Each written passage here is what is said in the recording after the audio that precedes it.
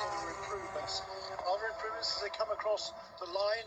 Aaron Telitz comes into the pits. Fred Hinman does not improve. But 2 minutes 10 last time for Trent Hinman. He stayed out. Aaron Telitz bailed out into the pit lane. Ahead of them on the racetrack was Robbie Foley. He also quite a bit slower than the previous lap. Lots of people heading to the pit lane with the rain beginning to fall slightly more heavily. In 30 seconds, we will have had the 10 minutes of green flag racing that will make this a live session. Cars coming in can't be touched by their team. They literally have to sit there. 17 seconds still to go as another car heads into the pit lane. That's the Mercedes number 32, the AMG GT3, the Gilbert Korthoff Motorsports grey machine. Weather picking up, wind picking up. That normally means that there's rain on the way. 96 Turner Motorsport BMW. Robbie Foley still out there. He's only a tenth of a second away from the front row at the moment. And Trent Hinman half a second away from pole position. Where's Hinman on the circuit? He's in the pit. Telitz is in the pit lane, so it's the 16 car. It's just coming through the kink now. Trent Hinman. He's got Robbie Foley out there as well at the moment in the weather. It's too much, I think. But we've gone over the 10 minutes, so this, Jeremy, is a live session. So right now, provisional pole, Aaron Telitz, and this is a live session. The times would stand even if there was a red flag right now. But John, yes, track indeed. limits are being called. For whom? For both Foley and for Aaron Telitz. I'm not sure if it was Aaron's fast lap or Robbie's fast lap. Lap 4 for both of them. Track 1 turn limits. Turn 1, track limits, okay. I don't think it was their best lap. I think it was lap 3 they set their best times on. Yeah. So they're on lap 4 now, aren't they? Yeah, that was when it was beginning to rain a little bit more on the fourth lap, so that would probably explain why they slid wide. And here is Trent Hinman bringing that number 16 right most Porsche into the pit lane now. Clearly far too wet for any sort of improvements right now. I did, having got back into the habit of reading driver briefings, which all tend to be done electronically nowadays. I did read the driver briefing notes, and the race control are very specific about track limits here, particularly at turn 1. On the outside of turn 1, there is a little bit of curb. It looks the same as track, but it's got marks on it. And at the edge of that, there's just plain tarmac. 2 Michelin tyres have to be on that curbing. You can't have all 4 beyond the wrong side, the left-hand side of that curbing. That is track limits, and that will see your lap deleted and have you called for track limits if you're a persistent offender during the race. Aaron Telitz, I think, Jeremy, thinks he's done enough, and I'd be hard to argue with him with the weather as it is at the moment. He's out the car now, so that's it. He shouldn't have got out of the car, should he? He should not have gotten out of the car. Yeah, that could result in him losing his lap time. Well, he's got to, at some... Well, the team are talking to him, but he's got to get back in that car and drive it down to the end of the pit lane. No, because they have the pros qualifying next. But right, technically, he's supposed to stay in the car until the checkered flag. End of the session, right? Yeah, absolutely right. So that is the positional session that we have, which sees the number 14 Vassar Sullivan Lexus RCF GT3 on pole by half a second from Trent Hinman for the Wright Motorsports Porsche, the blue and black number 16.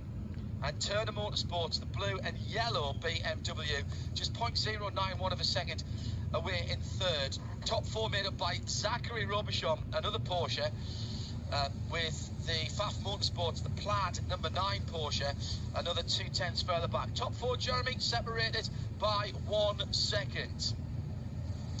Indeed so, and that was a really good lap once again for Aaron Telitz there in car number 14. This is just his second pole of this season, but his 5th overall. And it'll be Jack Hawkes who will take over that car for the second session. And I think as long as nobody else touches the car, don't think he'll get penalised for getting out of it. It would seem right harsh, now. in fairness, yes. It certainly would. I mean, but if anybody else touches the car for any reason at all, then that would be certainly a legitimate penalty. So they've got to have their wits about them there. Hopefully, just for getting out of it won't cause So the session, a problem. yeah, the session is still live right now for 40 seconds. So nobody can touch any of the cars on pit lane. Of course, at the end of that session, we then have a short break between the next one, and those guys are going to have to go to work at that point. The parc fermé situation is lifted, and they will go to work, presumably to put some wet tyres on. Rule 40.2.9, Shea, says what? It says touching the car is prohibited once it has left its pit box during a qualifying segment until instructed by IMSA officials. Driver must remain in the car until the car arrives at impound, except GTD following the first qualifying segment.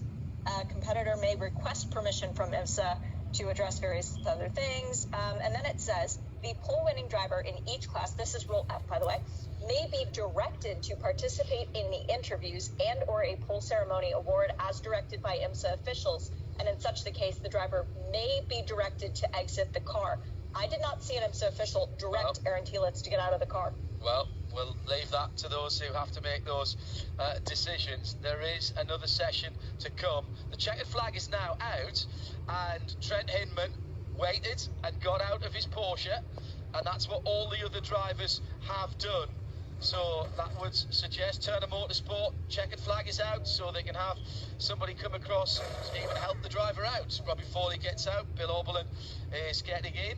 But that was at the conclusion of the session by the checkered flag. So there's some discussion, I would think, been going on between the teams here, as well as between ourselves. It's not for us to call the penalties, of course, and we're not suggesting that at all. But I would say nobody else got out of the cars. So let's see. John. Sorry?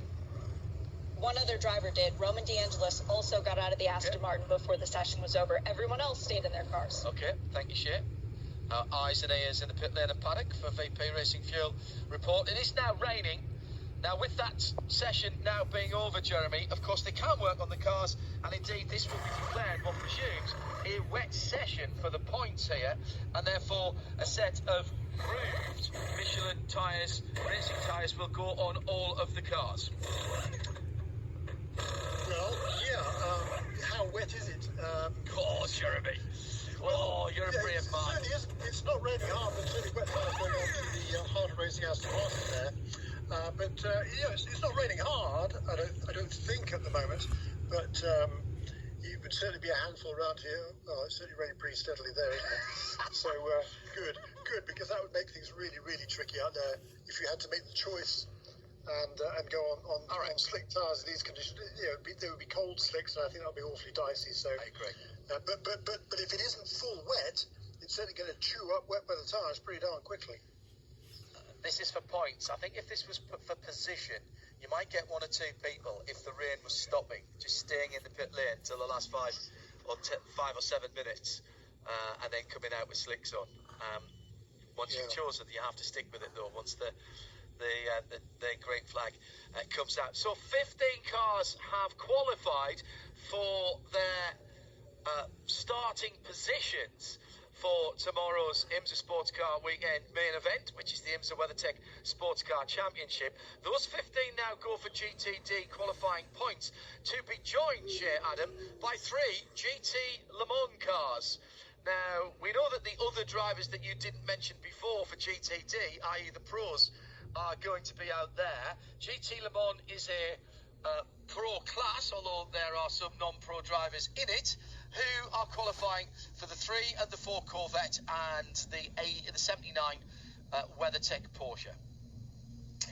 For the WeatherTech Porsche, my intel says it will be none other than the hometown hero Cooper McNeil, trying to qualify the Porsche as best he can with both of his puppies at the track this weekend. A little bit exciting to have the Golden Retrievers there. In Corvette world, the number 3 Corvette will be Jordan Taylor, and the number 4 Corvette, that's the silver one, who's really good in the rain? That would be Nick Tandy. Oh, right. That makes sense. That does make sense. New car, new chassis for the number 4 Chevy Corvette, the C8